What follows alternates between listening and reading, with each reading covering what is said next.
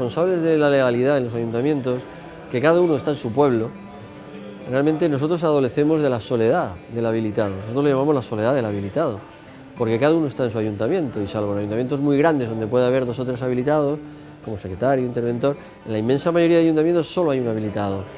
Entonces, propiciamos ese lugar de encuentro. Solo una vez al año nos vemos, no todos, pero bueno, la gran mayoría o un número importante de colegiados con motivo de la celebración de la asamblea, un poco con la excusa. Necesitamos reunirnos de vez en cuando, hacer terapia colectiva, sentirnos arropados, sentirnos colectivo, y creo que eso en 2015 y en 2070...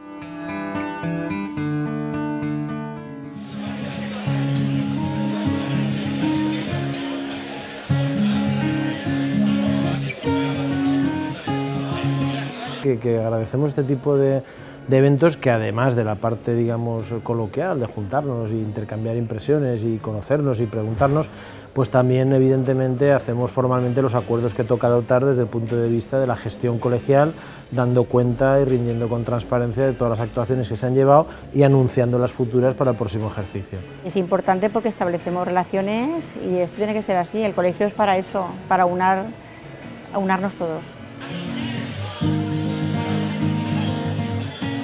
Nosaltres creiem que és molt important que hi hagi un col·legi com Cosital, que sigui un col·legi fort, un col·legi potent, i que a la vegada col·laborem conjuntament entre l'administració i el propi col·legi per tal de que els ajuntaments es puguen desenvolupar molt millor del que estan fent fins ara.